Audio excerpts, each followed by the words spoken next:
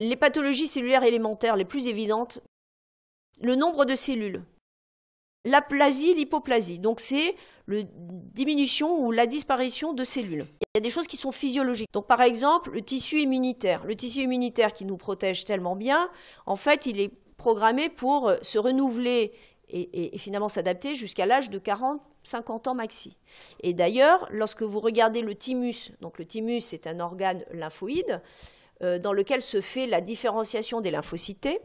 Eh bien, ce thymus, lorsque vous voyez un enfant, il a un gros thymus. Lorsque vous prenez un adulte de 40 ans, il est pratiquement, vous ne le voyez plus, il est quasi virtuel, sauf dans certaines maladies. Voilà, mais ça, c'est normal, malheureusement, c'est la physiologie. La moelle osseuse, c'est pareil. La moelle osseuse, c'est là où sont générées toutes les cellules hématopoïétiques, les globules rouges, les plaquettes, les lymphocytes. Donc tout ça, c'est un tissu qui, avec l'âge, diminue en richesse. Et donc, vous comprenez maintenant beaucoup mieux pourquoi on dit le sujet âgé est, entre guillemets, immunodéprimé, parce qu'effectivement, il a perdu cette capacité à renouveler son capital immunitaire. Ce qui est pathologique, par exemple, c'est que si vous irradiez un individu de 20 ans, vous allez avoir une aplasie médulaire, mais c'est parce que vous l'avez irradié. Lorsque vous prenez certains médicaments, de temps en temps, vous avez des aplasies médulaires. La chimiothérapie, vous savez que vous allez induire une aplasie médulaire pour certaines chimiothérapies très aplasiantes. Voilà, mais c'était attendu, c'est une vraie lésion, mais c'était attendu.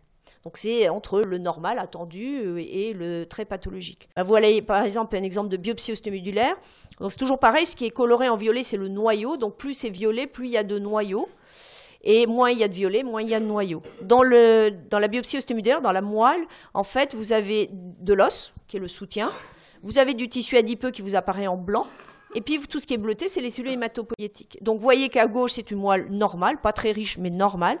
Et à droite, c'est une moelle d'aplasie médulaire. Donc, si toute votre moelle est comme ça, la personne, elle est en pancytopénie. C'est-à-dire qu'elle n'a rien dans le sang, elle est incapable de coaguler, elle est incapable de se défendre et elle est incapable d'oxygéner. L'hyperplasie, c'est le contraire. Et c'est pareil, il y a des situations tout à fait normales et des situations tout à fait anormales.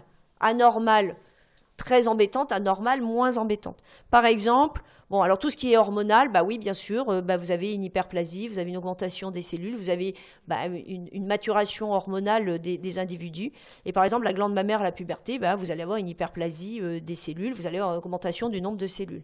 Lorsque vous faites une hépatectomie partielle, par exemple, vous allez avoir une augmentation, vous allez avoir une reconstruction de l'organe foie par multiplication des cellules. Donc vous allez, entre guillemets, être dans une situation où vous allez avoir une hyperplasie. Bien sûr, c'est parce que vous en avez enlevé un morceau, mais vous allez avoir une hyperplasie des cellules. Ce qui est pathologique, par exemple, c'est pareil, dans le moment des situations hormonales délicates, par exemple au périménopause, vous pouvez avoir des stimulations hormonales un peu déséquilibrées qui vont induire une hyperplasie des cellules épithéliales de l'endomètre, de l'utérus. Et cette situation-là, qui est subphysiologique, elle peut aboutir à un moment donné à vraiment une hyperplasie très importante avec induire des saignements, voire s'associer dans un continuum avec des tumeurs. L'hyperplasie médulaire, on peut l'avoir dans des situations toutes simples. C'est vous donner des facteurs de croissance médulaire, vous allez booster votre moelle, vous allez fabriquer une quantité pas possible de cellules hématopoïétiques, vous allez avoir une hyperplasie médulaire. Voilà, donc on reste toujours dans la moelle, donc toujours celle-là qui est à peu près normale. Et vous voyez ici qu'elle vous apparaît très bleutée parce que c'est rempli de cellules, vous n'avez plus de tissu adipeux quasiment. Et ça, c'est une hyperplasie médulaire. Alors pourquoi il y a une hyperplasie médulaire? J'ai pris des médicaments, j'ai une maladie inflammatoire, ce qui fait que en fait, j'ai un renouvellement cellulaire, j'ai une espèce de machinerie qui s'est mise en route. Ou alors j'ai une tumeur de la moelle, une tumeur qui fait que j'ai beaucoup de cellules.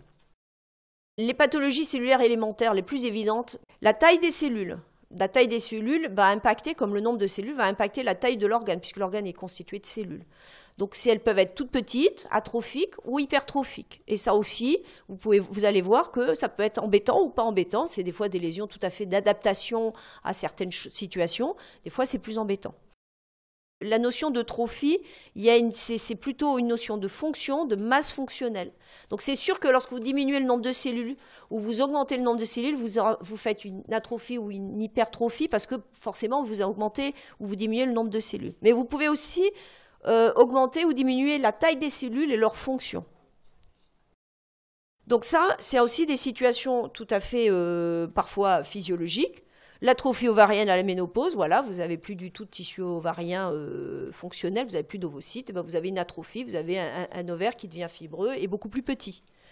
Par exemple, dans la maladie d'Alzheimer, vous avez une atrophie cérébrale, vous avez un cerveau qui est plus petit. Alors c'est beaucoup plus embêtant et c'est absolument pas physiologique, alors que malheureusement, dans la ménopause, c'est tout à fait physiologique. Vous avez par exemple un truc tout bête, hein, vous êtes fait une fracture, vous avez mis un plâtre, vous enlevez le plâtre, vous voyez votre jambe qui est devenue toute petite. En fait, vous avez une atrophie musculaire que vous allez pouvoir récupérer en faisant de la kiné.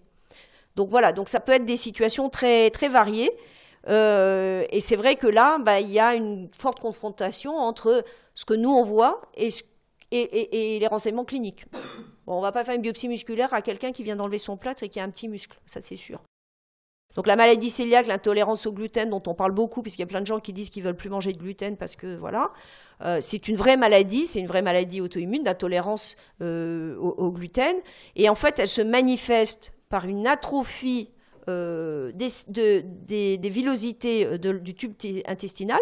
Donc le tube intestinal, l'intestin grêle, c'est l'endroit où vous allez avoir l'absorption de ce que vous allez manger. Et c'est un grand endroit d'échange et d'absorption et de métabolisme. Lorsque vous diminuez la surface d'absorption, eh bien, c'est comme si vous coupiez un morceau d'intestin grêle, ben, vous allez induire des malabsorptions, c'est-à-dire vous absorbez moins bien.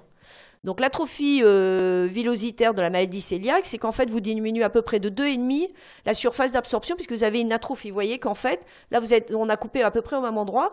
Normalement vous avez des villosités hein, en doigt de gant comme ça, qui font 2,5 fois la surface d'absorption en profondeur. Et bien là vous voyez que ça vous l'avez perdu.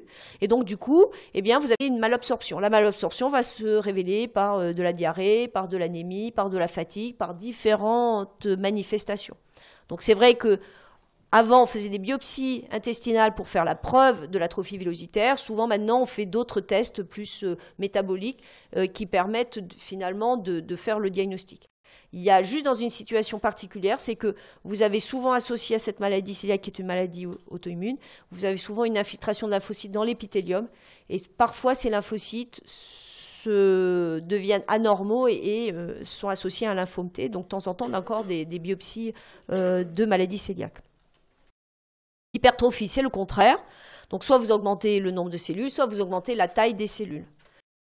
Donc là aussi, situation tout à fait normale, le sportif, il a des gros muscles, bon, voilà. Pendant la grossesse, pareil, le muscle utérin, lorsque vous avez quand même une cavité qui se dilate parce que vous avez un embryon puis un fœtus, eh bien, le muscle utérin s'hypertrophie pour pouvoir lutter contre la pression endocavitaire. Après, vous avez des situations tout à fait anormales, par exemple, lorsque le muscle cardiaque devient hypertrophique, vous savez qu'il devient dysfonctionnel, il peut être hypertrophique pour plein de raisons, parce que vous avez un rétrécissement valvulaire, parce que vous avez des dysfonctions, vous avez une hypertension. Donc ça, par contre, c'est associé à des lésions pathologiques pour l'individu. Les pathologies cellulaires élémentaires les plus évidentes, la différenciation, la métaplasie. Vous avez souvent tendance à considérer que métaplasie, c'est égal dysplasie égale cancer. Non. Métaplasie, c'est une transformation des cellules qui s'adaptent à quelque chose qui les agresse. L'exemple le plus typique de la métaplasie, c'est par exemple le fumeur.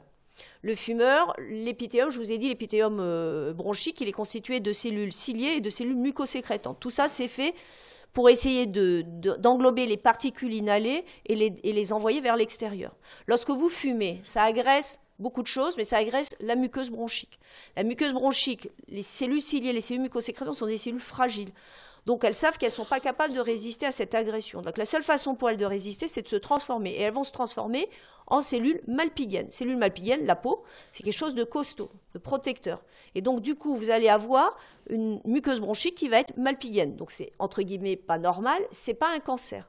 Mais ça explique pourquoi vous allez avoir un cancer, un carcinome épidermoïde, donc cancer malpighien, sur une muqueuse bronchique, alors que normalement, vous n'avez pas ces cellules-là dans la bronche. Le col utérin, très souvent en métaplasie. L'œsophage, alors c'est l'inverse de l'épithélium bronchique, je trouve que c'est intéressant. L'œsophage, c'est vous avez un épithélium malpighien. donc costaud, on va dire. Mais en fait, lorsque vous avez un reflux gastro-œsophagien, vous avez un reflux dit acide, hein, c'est vrai, le pH est 1. Et là, vous avez besoin d'un épithélium particulier pour résister à un pH à 1. Alors, vous buvez un truc à 1, ça brûle. Donc en fait, la seule façon qu'a du coup l'œsophage, lorsque vous avez un reflux gastro-œsophagien, eh ben, c'est de se transformer en épithélium de type gastrique.